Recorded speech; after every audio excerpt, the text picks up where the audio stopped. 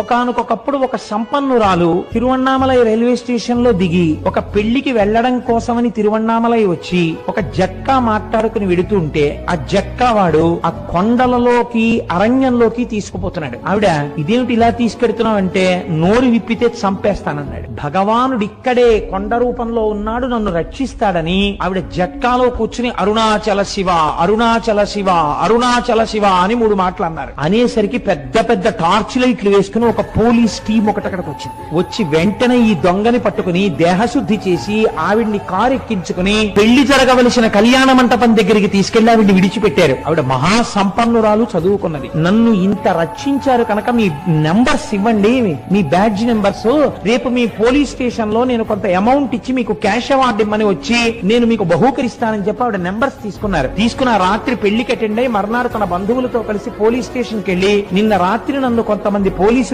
రక్షించారు, వాళ్ళ నెంబర్లు ఇవి, వాళ్ళకి క్యాష్ అవార్డు ఇవ్వండి అని చెప్పి ఆవిడ ఇస్తే తమిళనాడు పోలీసు సర్వీస్ లో ఈ నెంబర్లు ఉన్న పోలీసులు లేరమ్మా, ఈ నెంబర్లు లేవని చెప్పారు. పరమశివుడే ఆ రూపంతో వచ్చి ఆవిడ్ని రక్షించాడు ఆ రోజున.